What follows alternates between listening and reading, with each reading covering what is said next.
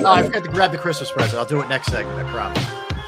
What's up? Welcome back, everybody. Thanks for hanging out with us. We are Sports Take, Jacob Sports YouTube Network on this December 27th, 2 days after Christmas. Hope everybody had great holidays. Happy Kwanzaa to everybody out there as well, but hope you had a great holiday with your family. All right, so a couple things, guys. I'm going to start with this one, and again, I'll ask you guys how you would maneuver around the chess pieces here. We talked about this a little bit earlier with Lane Johnson, what the trickle down effect is here, but Avonte Maddox being out, and unfortunately, this has been something you had to deal with his career. He's been banged up quite a bit. When he's on the field, he's excellent, but with him out, let's assume you get CJ Gardner-Johnson back for the playoffs. Just an assumption. We don't know that for a fact. Do you potentially move him back into the slot? Do you keep him at safety? Do you keep rolling out Josiah Scott? It has not been great so far, the early returns with him. How would you guys handle this thing in terms of that spot, that position, if Avonte can't go come playoff time? I would put CJ Gardner-Johnson back at the slot corner spot, more instinctual, and we've seen how Josiah Scott just can't do it. Now, I don't know why they're not trying other guys there. I mean, maybe a Josh Jacob. I think he's healthy enough now. Or even maybe Zach McPherson. Give him an opportunity. But I just know right now that I can't go forward with a guy who continually gets toasted the way he's been getting toasted. He's been getting beat. They have formulated game plans to take advantage of him being in the slot. They did it against Green Bay. Anytime he's been in the game, they've definitely went to him. Mm-hmm. Oh, they're attacking. And attacking him. So how do you go forward with having this guy as the man? I don't think you can do it. Well, I don't want to see Josiah Scott for whatever reason. They play whenever Avonte goes down. Josiah Scott is the man who gets the call, and let's face it, Gannon can be stubborn to a fault. I'd rather have CJ on the back end because you have that umbrella back there for the deep stuff, more so. If you put Josiah Scott back there, my biggest concern is exactly what we saw in the Dallas game, a miscommunication, a young player who for a fraction of a second lost where he was supposed to be. It cost him on a 3rd and 30 situation. Now, CJ Gardner-Johnson back there, even if he gets caught, he's got to make up speed to get back there and possibly deflect that pass. I'd rather have CJ on the back end of my defense with Slade, with Bradbury back there, more so than Josiah Scott. As we know, it only takes one miscommunication to disrupt the whole concept of what you're supposed to be doing in a crucial situation. I think we could, if push comes to shove, if they don't trust anybody else other than Josiah Scott, as much as I don't want to, I'd much rather see him down in the box in that slot more so than on the back end. This team does not want to give up big plays, whether we like it or not. This team is committed to not giving up the big plays. It was a big play that changed the complexion of that game against the Dallas Cowboys. That one big play changed the complexion of the game. I believe if CJ was back there, that play doesn't happen. Eagles win the game. It did happen. Let's face it, these things happen. Now, when you get to the playoffs, you're going to be playing offensive coordinators, Minnesota, Dallas possibly again, San Francisco. They're going to recognize if Josiah Scott's back there, you can confuse him more than you can a CJ Gardner-Johnson. You're right about that. But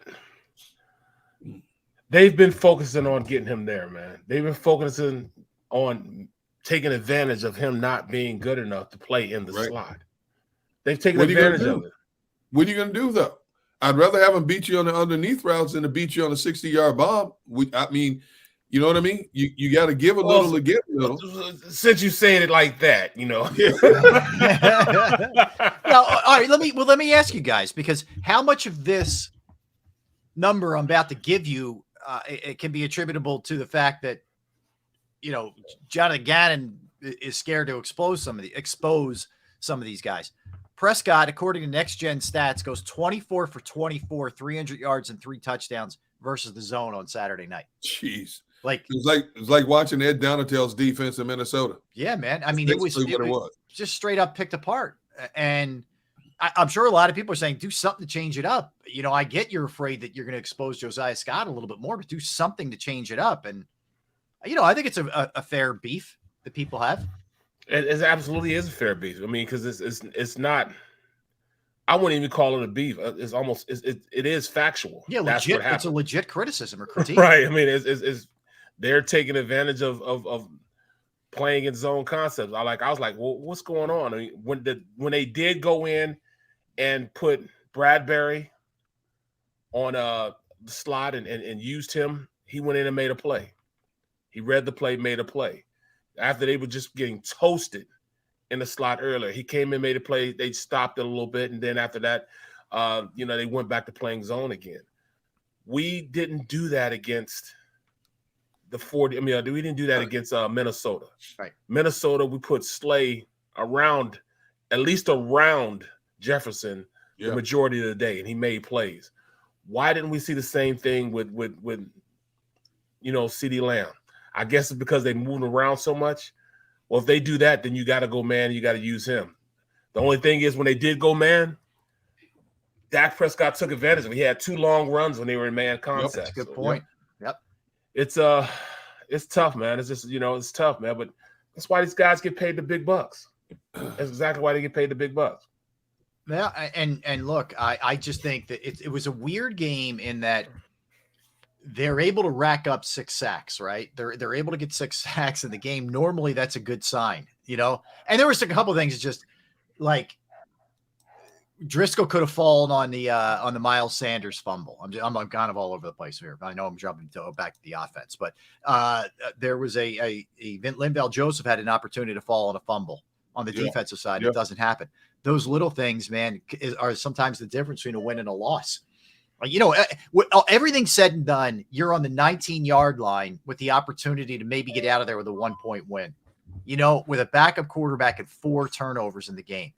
That's why I don't have the gloom and doom that some people feel like. Yeah, I'm ticked off by the game, of course.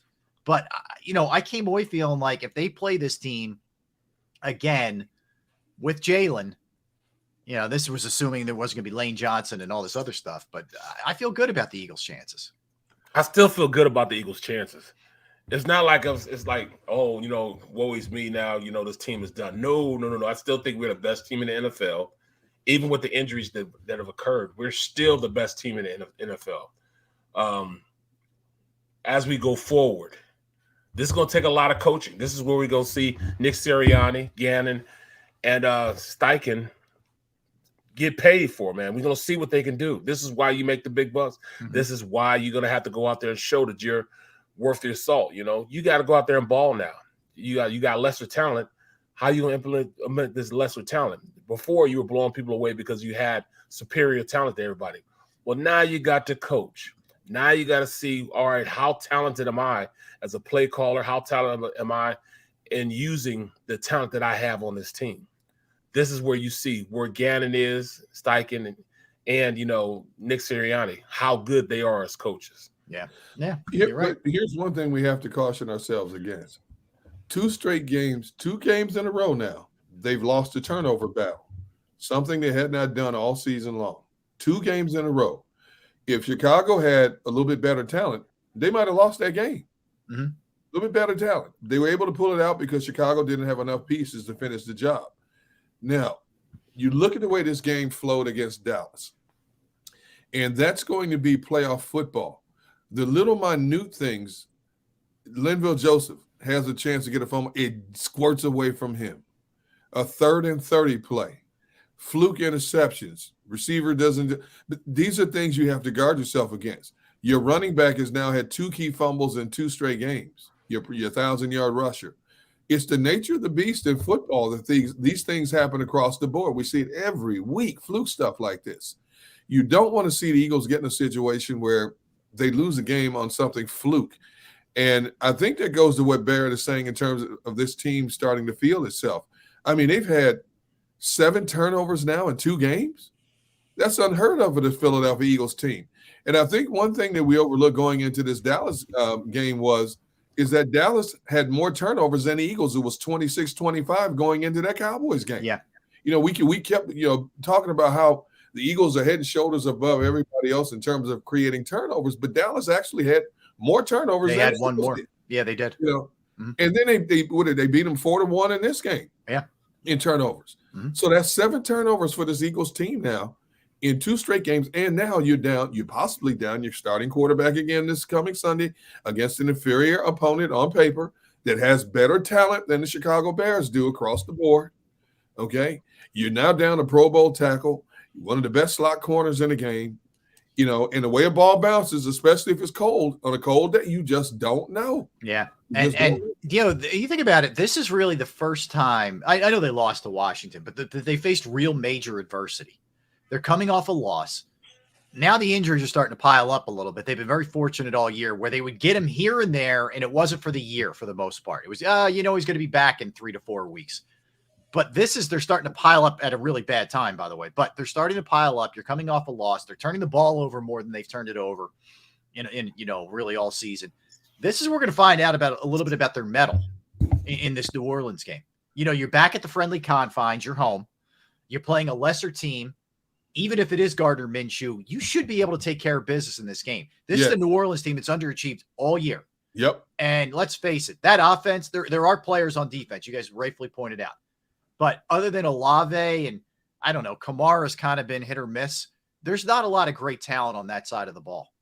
So the defense should be able to step up and be much better than what we've seen and more consistent, at least, in this game. They really should be. Lattimore's not playing. They do have Davenport. They do have Jordan on the other side. I just think this Eagles team is better than them. Yeah. Should they win? Yes. Yes. Will they win? I'm still going to say yes, but I need to see from this coaching staff how good the coaching staff are. Like, how good are they as teachers and getting their guys to perform? Mm-hmm. It was easy, like I said, when we had the best talent on the field, one lining up man and man, mano y mano, and we would blow people out because we were better. Now let's see schematically, can you formulate an offense to beat this really good defense? Defensively, can you stop Chris Olave? Can you stop Kamara? Can you stop, all their weapons? We'll see. They just went better. What they played, like the Browns or something? Yeah, beat the Browns 17-10. Yeah, on the road. Yep. Yeah, and I mean, in their house too. You know what I'm saying? In their house. So we'll see, man. I like our odds. And also, man, we were actually talking about, we need to beat them just for a draft pick. No, we need to beat them so we can get home field advantage. Yeah. Yeah. So we're working right now.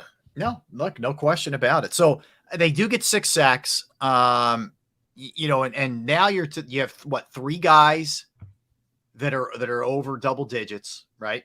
At this point, you have Hargrave, you have Sweat now because he ends up getting over the hump, and you have Reddick. So you have 3. And by the way, Reddick's still wreaking havoc. You see how he is. He is playing at a high level. He is zoned in, man. Hands everywhere, strips. He's always getting strips too, on top of everything else. This guy, he is the real deal, man. Yeah, we found something, man. Man, we found something. BG's getting close. Brandon's getting close. Will he get it? He needs one. Will he get it? One. I think he gets it. I do. I think he gets it. Get it? I think he gets it. I hope he does. But dude, that's one of the best stories ever for a guy who has had such a highly decorated career. He's never had double-digit sacks. The closest he's ever come is 9.5. Well, he's got 9 now. He needs 1 in 2 games. When you consider the percentage of plays that he plays, I believe it's in the 50s in terms of overall. He should be able to get it. But, to me, that's going to be one of the things I'm watching closely over these last couple of games. And who knows? He may not even put – what if he doesn't get one Sunday against the Saints and they shut him down? Now, I'm assuming because he's not considered a frontline guy now, he's going to play that final game no matter what. But still, what if the coach decided to shut him down because he's a vet the last game and he still falls one short? Oh, I'd be hot as fish. I would not be happy, man. But I don't know. I mean, Brandon is – I know personally he would love to get that one, but he is also a guy who understands big picture too. He is. Oh, yeah. I mean, but you're right. I do think, Derek, you're right. No disrespect, but he probably will play in that Giants game, at least some. I agree. At least 30-40% snaps out of necessity. Yeah. But what if he didn't? What if Sirianni does the veteran a favor? You know what? I'm going to let sit you, man. I'm just going to let these young guys get out there and get some runs. I'd be like, man, you better put me in this game, man. Give me at least 10 snaps. Isn't that at least a conversation? I mean, I think you have to say, hey, tell me what you want to do here, man. Like, I'm happy to sit you. We'd like to get you the rest, but I know that means a lot to you. If you want to play, we'll play. Like, don't you afford a guy like that conversation at least? Absolutely. You see what they did for Kelsey. Yeah. They played Kelsey for one snap to keep his streak. Yeah, good point. Yeah. They did that for him. They did it for Smitty. Last year to get the rookie record. Yeah. So I mean, they're not opposed to doing it. I think they will do it. I think that BG has earned the right to do that, and I think he will do it. So I'm just gonna go out. I'm just gonna go out and say, yeah, he's gonna do it. He's gonna make it happen. Okay. I mean, anything else trouble you on that side of the ball from the Dallas game? I mean, yes, Dallas ran it all right, but they didn't kill you, Pollard and Elliott. Bro, they did an amazing job. They held Zeke to 55 yards. They held Pollard under 20 yards. Yeah, they balled. Defensively, they were balling, except Dak just ate us alive. Yeah, I mean, I didn't think he had it in him. Here's where we get caught up in stats. Yeah, the six stats did nothing to impact the outcome of the game. Now we talk about how 6 sacks impacting a game. They impact the game. In this case, 6 sacks did nothing to impact the outcome of the game. They still scored 40 points. I don't care if they did have short fields at times. Your defense has how many Pro Bowlers on it? How many alternate Pro Bowlers on it? It is the deepest defense in the league. You have to get stops. You have to get stopped. You should have held them more to 3s than 7s. You let them off the hook at the most inopportune time possible. And I don't care if you and the thing that worries me is that we're talking about players talking about blown assignments, miscommunications, 15 games into the season, and you're vying for the number 1 seed in the NFL. You didn't have that problem before. All of a sudden, it's a problem now. Okay? And even though Josiah Scott is not our most desirable guy to put in situations, he's played enough football this year. It's not like he walked off the street. They have a continuity and a chemistry. They've discussed this every week leading up to these games, and you still had a major mental gaffe like that in a game of that magnitude. Yeah. That's a problem. Yeah. Okay. No, that's fair. That's fair. This is what, and this is on Gannon. Like Gannon, and I'm not letting the players off the hook, but Gannon's got to figure this out, and make some of these corrections here. And they have to be better. Look, I think this stuff's fixable. The turnovers are fixable. I think some of the communication breakdowns that they had are correctable. I'm like I said, it was a bummer losing that game, and especially to the stinking Cowboys. I'm spitting on myself. I get so upset right now. But I'm not troubled going forward that I don't think that they can fix this thing. I'm troubled about the injuries. Where's the GAN wagon right now? The GAN wagon. Ain't nothing wrong with the GAN. We good with the GAN, right? Yeah, the GAN wagon's just resting. Hey! I asked this man a question. I want this man. It's not done. It's not done. It's I answered it for him. Yeah. You know what? I just asked, where is it? Because it's still in service. We're making some pickups. It's headed back to Philly. Slowly. Okay, I'm saying because at one point of the season, it was blazing down the highway. Yes, it was. Most at another point of the season, it was at a slow pedestrian-like crawl. And then there was one point you said you put the GAN wagon in the barn until further notice for repairs. Yep. So I just want to know where. I don't think it's in need of repairs. I think we're just going to make sure that the tires are aligned and you don't need an oil change. We'll pop in real quick and be okay. Does it need to rotate the tires? Maybe the brake pads might be a little bit spotty right now. We'll get that kind of stuff straightened out. It's not nothing major for the GAN wagon. GAN wagon's still feeling good. It doesn't have a rotator cuff injury or anything. It's no, cool. no. It should be okay there. Yeah, but look, I think that the encouraging thing is the pass rush. It feels like every week is at that consistent level. Where you're getting to the opposing team's quarterbacks, and I think that'll continue this week. Yeah, could you be more impact? Could you have more impactful linebacker play? Yeah, probably. I think that's fair. And there's communication issues in the secondary. They got to get that stuff straightened out. I'd be really curious, to know if they feel like CJ Gardner-Johnson's going to come back for the playoffs, because that is so big, man. Well, there's some story out there that said there's a possibility he could come back this Sunday. I haven't seen that story yet, but I've been. He's eligible to come off the he's eligible to come off the IR. So I mean, why wouldn't he? Yeah. Why wouldn't he at this point? If that's the case, then it's all hands on deck. Oh, sure it is. All hands on deck. We still have something to finish, boys. We're in the driver's seat. but we haven't put the nail in the coffin yet. We got something to finish here. It's all hands on deck. Absolutely, Gunner. That's huge, man. Yeah, I mean, we have a goal that we need to go out there and finish this, man. We have to finish it. I feel the same way. Like, if Jalen is legitimately okay, I don't mean him just saying, "Yeah, I'm good," because he wants to play and he's tough and all that. But if the medical staff deems him good, he plays in this game. You need this game. Yes. I don't think there's much question here. Yes. Yep. Absolutely right. Yeah. Absolutely right. You got to get him out. It's all hands on deck here. I mean, now here's the downside to that. He goes out there, somebody lands on his shoulder. Yeah. Then you got a percentage of people, the same percentage of people who are saying he should play this week. All of a sudden, see, you shouldn't have played him. They should. No. If he can play, if he can physically play, he needs to be back out on that field. Yep. Well said. Well said. All right, let's get a quickie here. We'll come back. We'll hit a bunch of different things, guys. Sixers are legitimately hot right now. And there was a weird report that came out Christmas Day before their game from Woj about James Harden. Looks like Maxi's close. Phillies make some news as well with a move. Going to get into a lot of things in the NFL segment. Hackett's out. Tua's out. Watt's retiring. And we'll look at the teams that are hot, teams that are not, teams that are in, teams that are out, and a lot to get to with the NFL stuff. That's for sure. Birthdays and movies, as we always do. A little bit later, Derek Gunn, Barrett Brooks, Rob Ellis, Sports Take, Jacob Sports, YouTube Network. I'm going to tell you about Flynn Tree Services. Yes, Flynn Tree Services is an experienced, licensed, and insured Pennsylvania tree services company that will trim or remove any unwanted trees off of your property. Now, they offer cost-effective solutions to any tree problem that you may face. So, you have any type of tree issues right now in your yard, on your property. If you do, they're just a quick phone call away, and they are experts at trimming all types of trees, and they serve southeastern Pennsylvania, South Jersey, and northern Delaware. Flynn Tree Services specializes in full tree removal, stump grinding, tree pruning. Keep in mind, we got some nasty weather, some heavy winds. It's a good time to have your trees evaluated so you don't have a bigger problem down the line.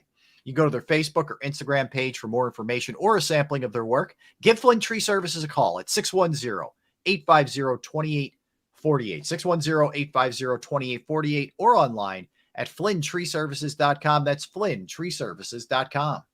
Post-game show with Seth Joyner. I knew that they had a running game. Derek Gunn. He has put in the effort. Devin Caney. Had we not won the Super Bowl, what would we be saying? And Mike Missanelli. Well, you know who Philly is. Post-game, now streaming on the 6ABC family of apps.